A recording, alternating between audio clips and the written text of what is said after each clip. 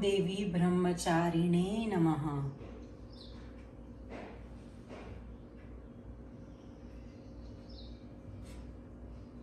Hello friends, Krishna का kitchen खजाना में तमाરું स्वागत છે। આજે ચૈત્રી નવરાત્રીનો બીજો દિવસ કે જે માં બ્રહ્મચારિણીને અર્પણ છે અને માં બ્રહ્મચારિણીને ખાંડનો ભોગ લગાવાય છે અને માતાજીના વસ્ત્રનો કલર છે ગ્રીન, લીલો કલર। તો ચાલો આજે એ બે કોમ્બિનેશનથી એક મસ્ત એવી સ્વીટ બનાવીએ જે છે પાનના લાડુ। પાનના લાડુ બનાવવા માટે આપણને જોઈશે 1 કપ જેટલું મેં ડેસિકેટેડ કોકોનટ લીધું છે, હાફ કપ જેટલો મેં માવો લીધો છે, 1/4 કપ જેટલી મેં દળેલી ખાંડ લીધી છે, પછી છે પલાળેલી વરિયાળી, અહીં આગળ 2 ટેબલ સ્પૂન મિલ્ક પાવડર લીધો છે, 1 ટેબલ સ્પૂન ઘી લીધું છે અને પાન લીધા છે મેં। તો પાનના લાડુ બનાવવા માટે સૌથી પહેલાં પેનની અંદર આપણે ઘી લઈશું। 1 ટેબલ સ્પૂન જેટલું ઘી છે। આ રેસીપી બહુ જ ઓછા ઘીની અંદર અને બહુ જ ઇઝીલી બની જાય એવી રેસીપી છે। ઘી ગરમ થાય એટલે આપણે અંદર મોળો માવો નાખીશું।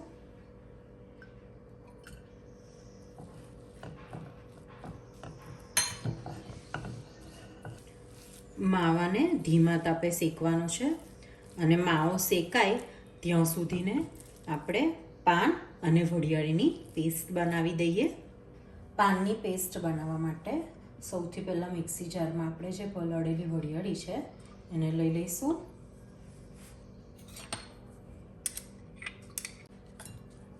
પાનને રફલી ચોપ કરીને એડ કરી દઈશું। સ્લાઇટ અહીં હું ગ્રીન ફૂડ કલર એડ કરું છું, ઓપ્શનલ છે, તમારે જો નાખવો હોય તો નાખવાનો। પેસ્ટ બનાવી દઈએ, સ્મૂથ પેસ્ટ બનાવવાની છે। પેસ્ટ બનાવતી વખતે મેં 2 ટેબલ સ્પૂન જેટલું પાણી એડ કરીને પેસ્ટ બનાવેલી છે। હવે આપણે એને બધી પેસ્ટ લઈ અને માવામાં પ્રોપર મિક્સ કરીશું।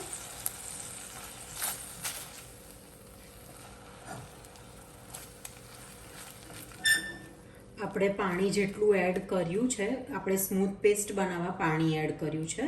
હવે માવાની જોડે એ પાણી થોડુંક બળી ના જાય ત્યાં સુધીને માવાને શેકીશું। મિલ્ક પાવડર એડ કરીશું। મિલ્ક પાવડર એડ કરવાથી બહુ સરસ ક્રીમી ટેક્સચર મળે છે સ્વીટને અને બાઇન્ડિંગ પણ બહુ સરસ મળે છે। હવે આપણે ડેસિકેટેડ કોકોનટ લઈશું, ધીમે ધીમે એડ કરીશું।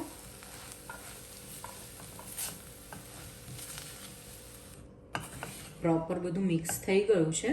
હવે આપણે ચેક કરીએ એનું બાઇન્ડિંગ।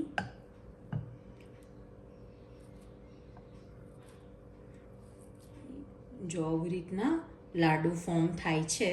હવે થોડીક વાર એને ઠંડુ થવા દઈએ, પછી આપણે અંદર તળેલી ખાંડ એડ કરીશું। આપણું આ મિક્સર પ્રોપર ઠંડુ થઈ ગયું છે। હવે આપણે એમાં ખાંડ નાખીએ। દળેલી ખાંડ લીધી છે મેં અહીંયા 1/4 કપ જેટલી ખાંડ લીધી છે। તમે તમારા ઘરે જે રીતના સ્વીટનેસ ખવાતી હોય એ અકોર્ડિંગલી તમે ખાંડ અંદર લઈ શકો છો। પ્રોપર હવે મિક્સ કરી દઈએ અને પછી આપણે એના નાના લાડુ વાળીએ। મિશ્રણ પ્રોપર ઠંડુ થઈ ગયું છે। હવે આપણે લાડુ બનાવીએ। આપણે આની અંદર ઇલાયચી નાખી શકાય, ઇલાયચીનો પાવડર અંદર આપણે લઈ શકીએ અને જો બાઇન્ડિંગ ના આવતું હોય તો 1 to 2 ટેબલ સ્પૂન જેટલું આપણે કન્ડેન્સ મિલ્ક પણ એડ કરી શકીએ અથવા તો નોર્મલ મિલ્ક પણ એડ કરી શકીએ છીએ। આવી રીતના આ સાઈઝના આપણે લાડુ બનાવીને રેડી કરી દઈએ।